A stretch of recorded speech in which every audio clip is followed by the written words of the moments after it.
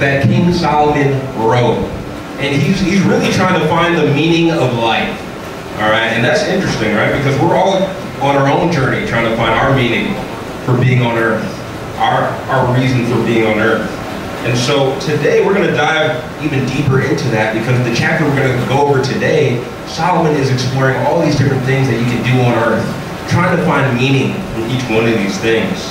He talks about success, he talks about wealth, he talks about pleasure, wisdom, work, and accomplishments. He explores everything and writes down his conclusions. So we're going to look at that in a second. But that's honestly what life looks like for us, right? We grow up, we go to school, we explore these different subjects in school to see what we like, what we're passionate about, and we're trying to find our meaning, our reason for being on earth, what we want to do with our lives. And the best way we gauge whether something is meant for us is based on our emotions, right? If we like something, we're like, okay, I can see myself doing this. For instance, you're probably not going to be a doctor if you don't like the sight of blood, right? It's probably a bad idea. You're probably going to cross that off your list, right? And if math and science frustrates you, you're probably not going to be an engineer or anything like that. Gigi can attest to that. But it's probably not built for you. And if you don't like listening to screaming children, you're probably not going to be an elementary school teacher. That would make no sense. But as humans, we find a lot of meaning in the things that make us happy. And so this human search for meaning, which this whole book is basically about, is actually in large part a search for happiness. And so that's what we're going to talk about today. The title of my lesson today is Pursuit of Happiness. Pursuit of Happiness. And first I want to start off by talking about this research that's been done by a company called Ipsos. And they deliver a lot of survey data for doctors and other businesses. But they did a study on happiness. They asked people, hey, what makes you happy? What would make you happier? And here are some of the things on that list. But a lot of the things here aren't too surprising, right? Physical health, feeling like my life has meaning, that's a good one. Feeling in control of my life, that's an interesting one, right? Having more money, that had to be up there, right? Having more money, the amount of free time you have. One that's interesting is being recognized as a successful person. That's a big one, especially as college students. You're basically training to be successful in your field, right? And so that's a huge one. But it's interesting to look at this list, and a lot of these aren't surprising. A lot of them make sense. But what's interesting about this list is that they're all different, right? And that goes to show that everyone is in a different stage of their pursuit of happiness, right? Depending on what their life looks like. And so I can see people's answers changing after a year or so, depending on what they need. And we'll talk more about this, but first let's look at Solomon's pursuit of happiness. Let's turn to Ecclesiastes chapter 2. All right, let's start there. Ecclesiastes chapter 2. And on Solomon's search for meaning and happiness, in chapter 2, Solomon starts with mentioning pleasure. He explores pleasure. And this morning, we're just going to touch on a couple things. We're going to do a deep dive into a couple things that we could chase on earth if we wanted to try to find happiness. And we're going to decide if it's worth it for us to be chasing.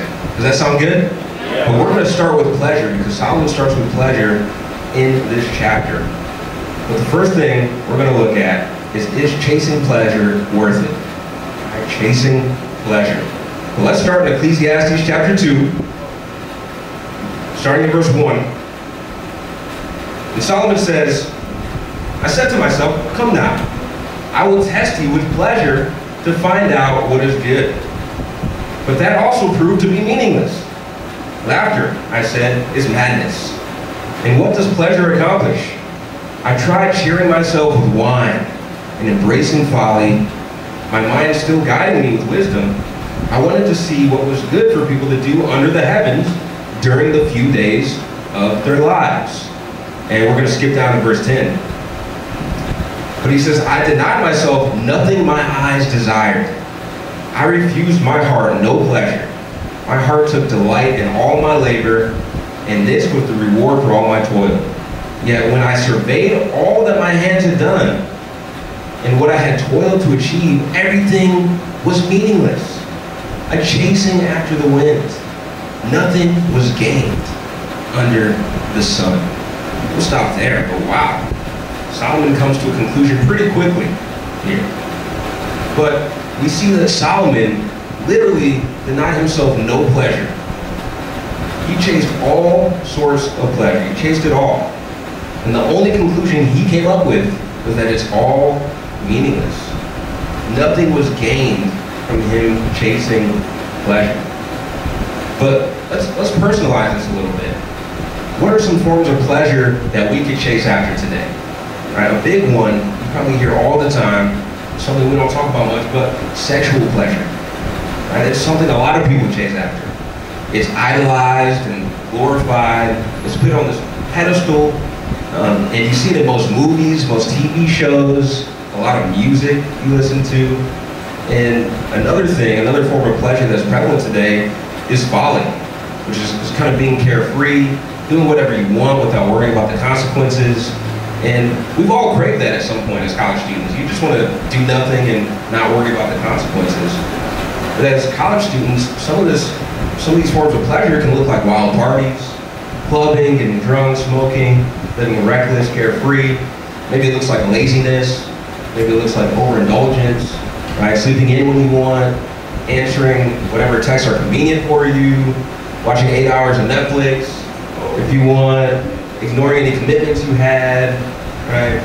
And there are many other pleasures of life that you can think about and we can talk about, but even thinking about some of these things I mentioned, most, if not all of them, are sin according to the Bible, which is interesting, that God opposes most of these things we find pleasurable. And for a lot of people, when they hear that God opposes some of these pleasures, when they hear that in order to be a follower of God, you have to give some of these things up, most people run. Yeah. They're like, no, I don't want to give this up. It's worth it to me to get into this.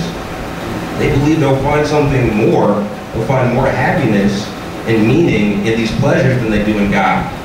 And a lot of people go towards these pleasures. And so the question is, does God just not want us to have fun? Or is God trying to protect us from something? Let's talk more about that.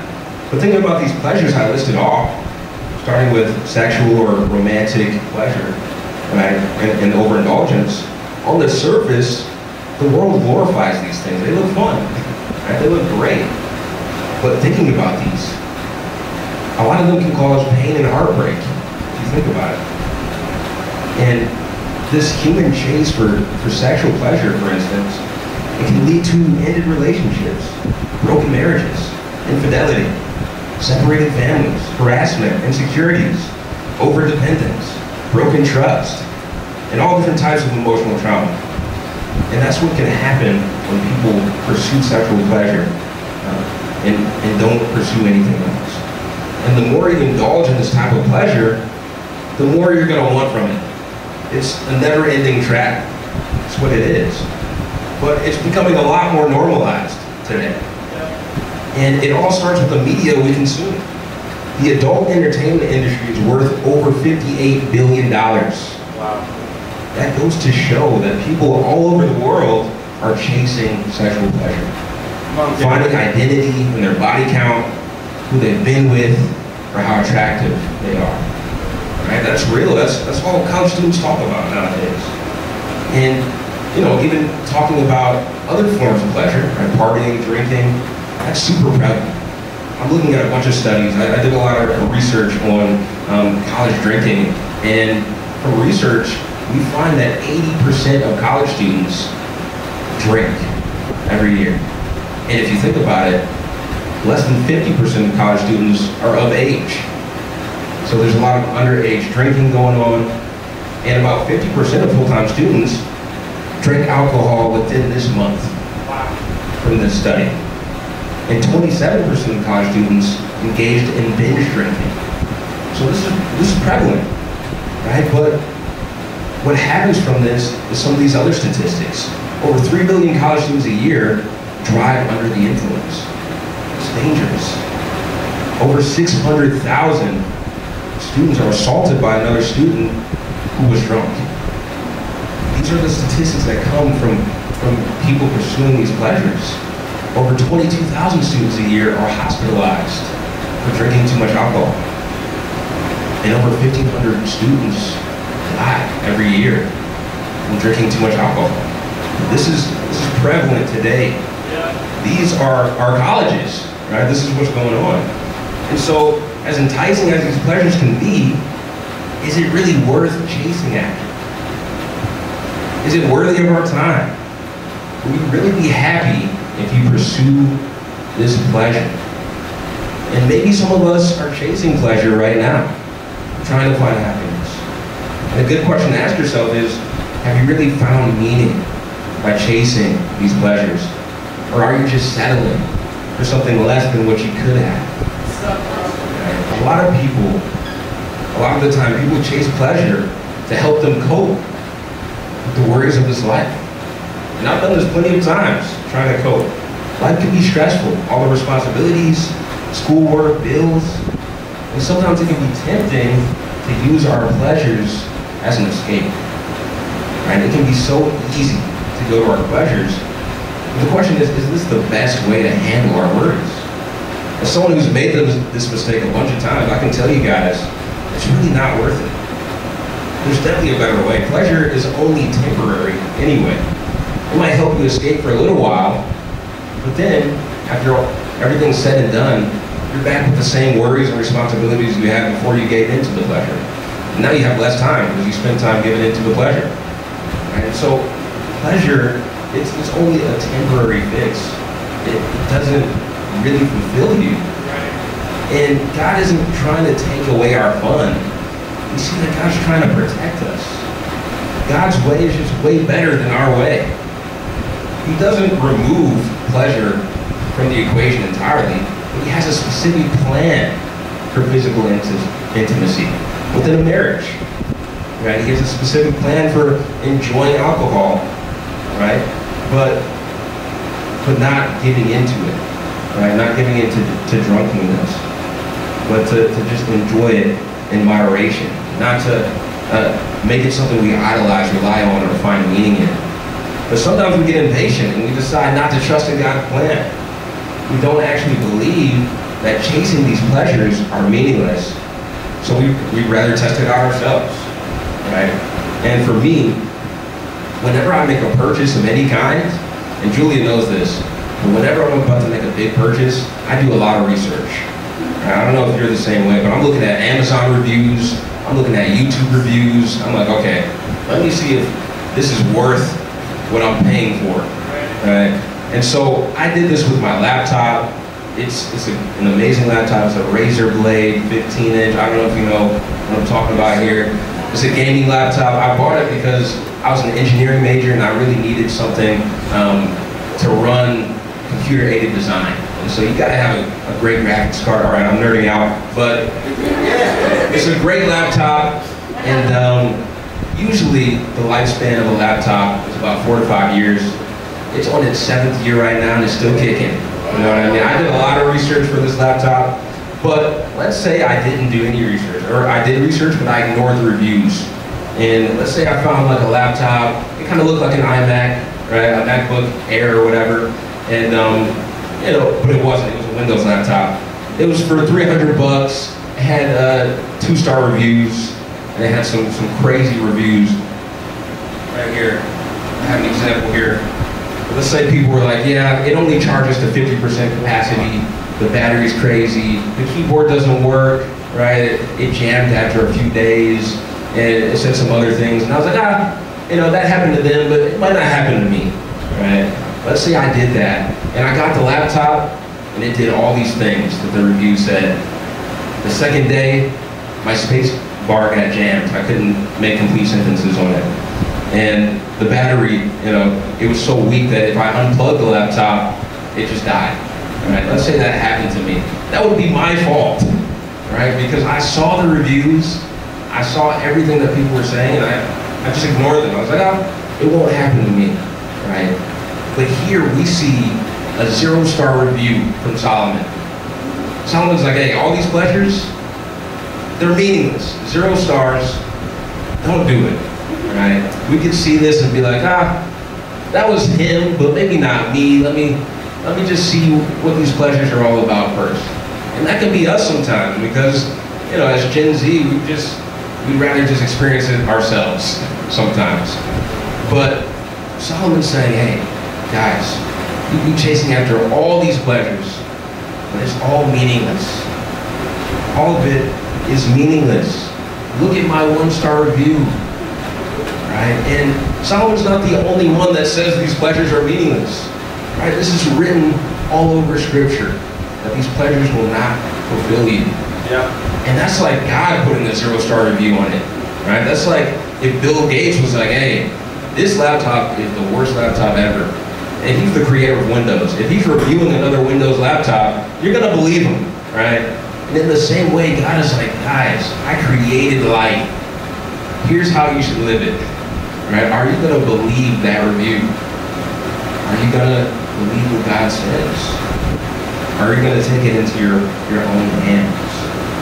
Right? But the question for each and every one of us is, are you gonna take this review seriously? Are you gonna cross your fingers and hope that you don't come to the same conclusion as these guys that we read in Scripture? And so, I want to ask you guys one more time, is pleasure really worth chasing? You guys can come to that conclusion on your own. But Solomon seems to believe that it's 0 out of 5 stars, meaningless. Right? And so, let's move to the next thing. Let's focus on the next thing that Solomon tests out. And the next thing that Solomon tests out on his journey to find true meaning and happiness is something that as college students we think about a lot. And that's success. Right? Success, career, wealth. So the next question is success worth chasing? All right. Is success worth chasing? And so, just to give you a little background on Solomon and all the success he had, right? First of all, he was king, right? Amazing. Already a success. But I'm going to add more to that. He said himself, he said he built houses for himself and planted vineyards all around. He made gardens and parks and planted all kinds of fruit trees in them. He owned more herds and flocks than anyone in Jerusalem before him. He owned the treasure of kings and provinces. He acquired servants, male and female singers, and in Solomon's own words, in Ecclesiastes 2 verse 9, he says, I became greater by far than anyone in Jerusalem before me.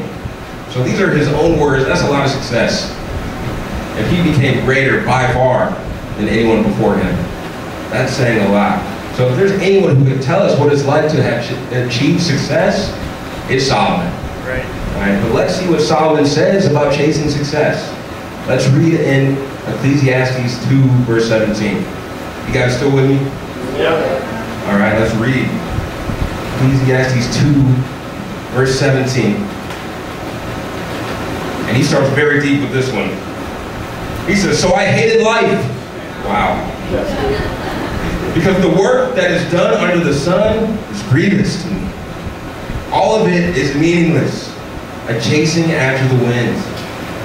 I hated all the things I had toiled for under the sun, because I must leave them to one who comes after me. And who knows whether that person will be wise or foolish. Yet they will have control over all the fruit of my toil, into which I have poured all my effort and skill under the sun. This too is meaningless. So my heart began to despair over all my toilsome labor under the sun. For a person may labor with wisdom, knowledge, and skill, and then they must leave all that they own to another who is not even toiled for it. This too is meaningless and a great misfortune. What do people get for all the toil and anxious striving with which they labor under the sun? All their days, their work is grief and pain. Even at night, their minds do not rest. This too is meaningless. All right, we'll stop there. I heard some of you guys react while I was reading. Some of this is relatable, right? I could think back to college. I couldn't even sleep. Everything was on my mind. So this last line hits me. Right? Even at night, our minds do not rest. But Solomon says, again, 0 out of 5 stars, meaningless.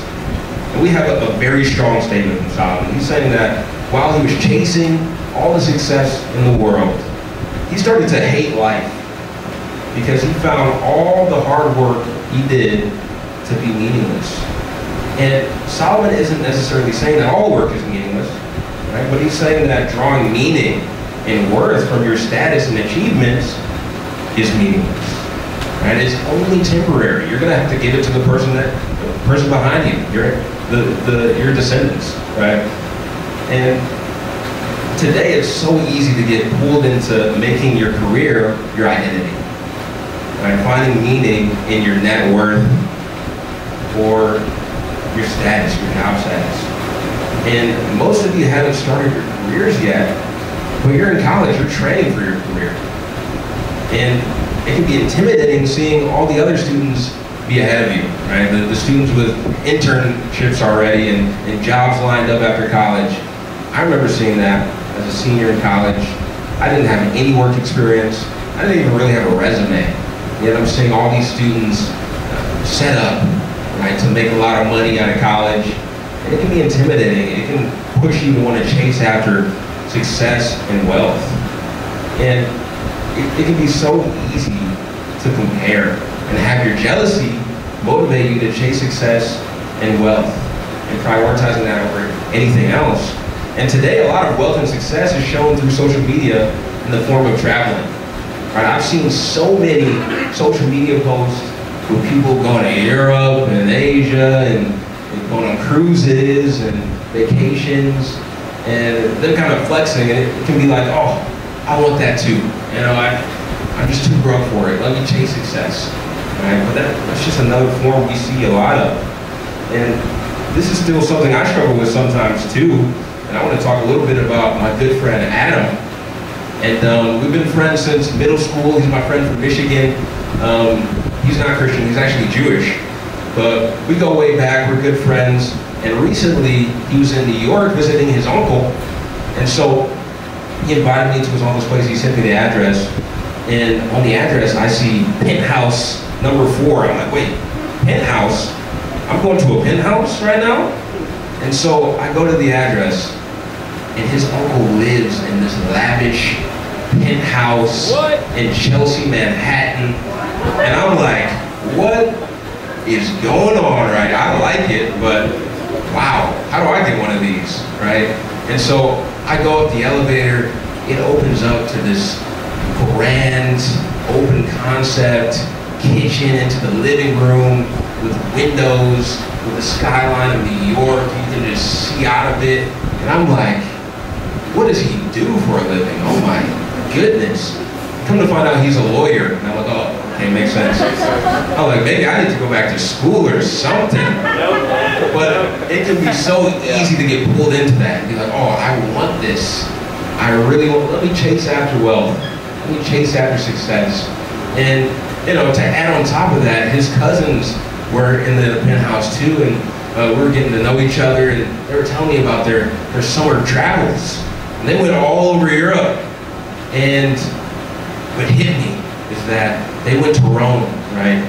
They were in Rome just chilling, and they found out that Imagine Dragons was doing a concert there. And they're like, oh, let me just get a ticket, you know? Unfortunately, it was sold out, but guess who played a few days after? Travis Scott. Wow. Did his concert with Kanye West in Rome. And they went to go see that. Just, you know, last days ago, hey, let's go to Rome. Let's go see Travis Scott perform in Rome. You know, like, I was like, oh my goodness. Give me a $10,000 check or something, you know? But it can be easy to see people's success and chase after it. Right? It's so easy. And one thing that was encouraging from that day is that my friend Adam, and you know, he's pretty successful too. He's a homeowner already. He's my age, 25, just bought a home in Michigan.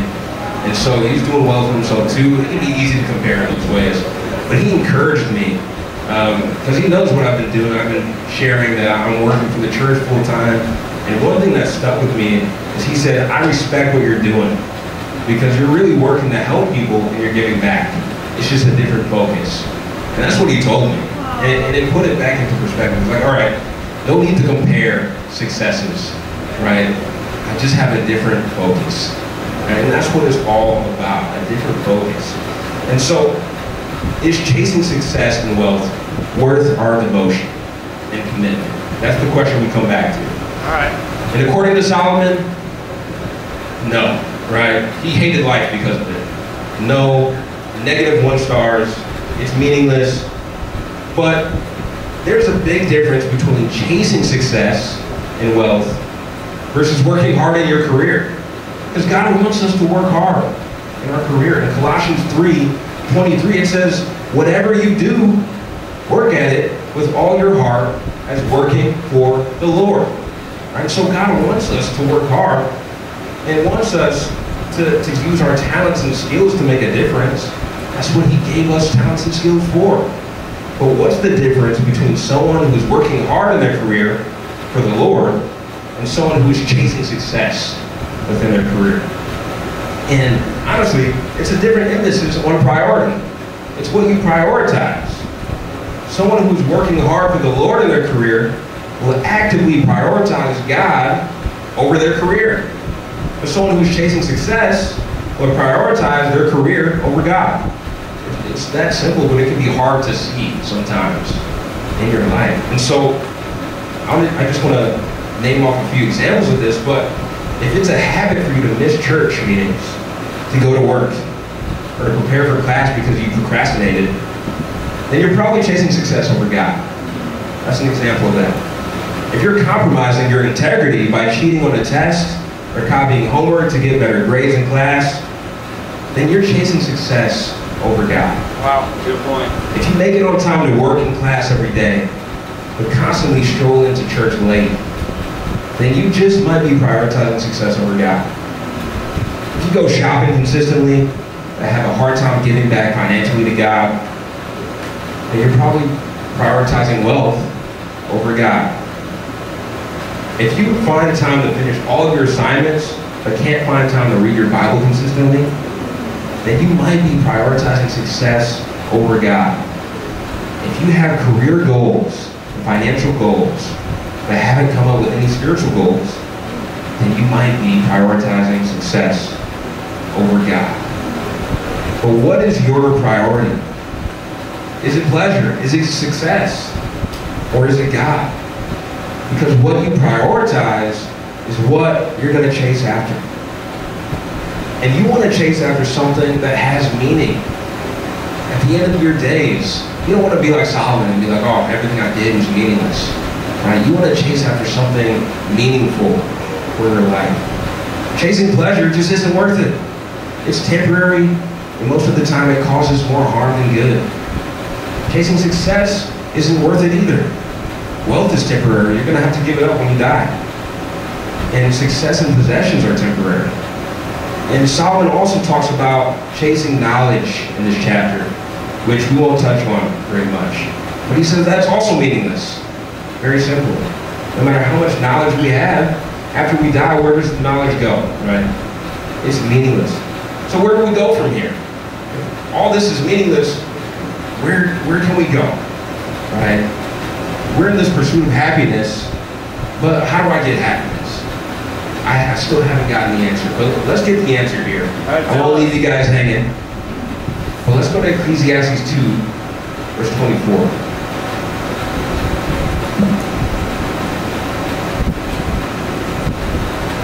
Ecclesiastes 2, verse 24. It says, a person can do nothing better than to eat and drink and find satisfaction in their own toil. This too, I see, is from the hand of God. For without him, who can eat or find enjoyment? To the person who pleases him, God gives wisdom, knowledge, and happiness. But to the sinner, he gives the task of gathering and storing up wealth to hand it over to the one who pleases God. This too is meaningless, a chasing after the wind. All right, we'll stop there. But we see here the solution, right? The solution to find happiness isn't to chase after all these things the world has to offer. It's not that.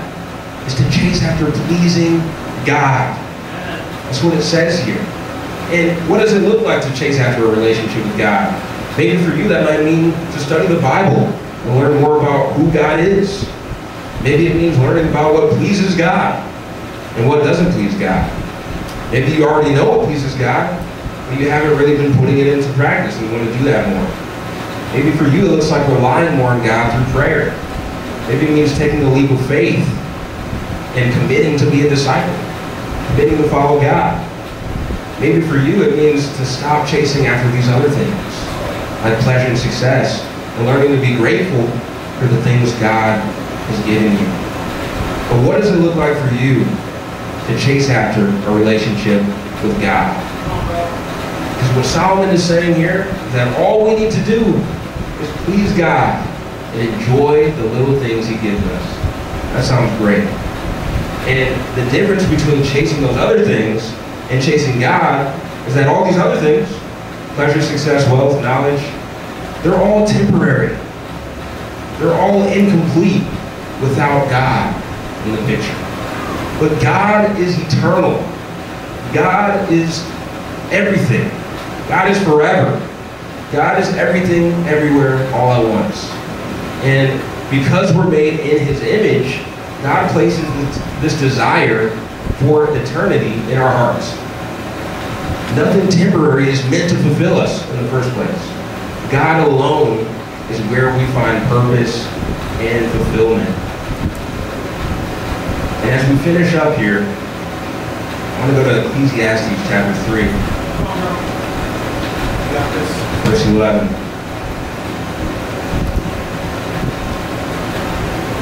And it says, he has made everything in its time. He has also set eternity in the human heart. Yet no one can fathom what God has done from beginning to end. I know that there's nothing better for people than to be happy and to do good while they live. That each of them may eat and drink and find satisfaction in all their toil. This is a gift of God. I know that everything God does will endure forever. Nothing can be added to it and nothing taken from it. We'll stop there. While everything else we could chase is temporary and meaningless, our relationship with God is eternal. It lasts for eternity. God is better than anything else we could be chasing. And the amazing thing about God is that he wants a relationship with each and every one of you. He wants you to seek after him. He placed this desire for eternity in each one of our hearts so that one day we might see our need for him, because he's the only one that's eternal.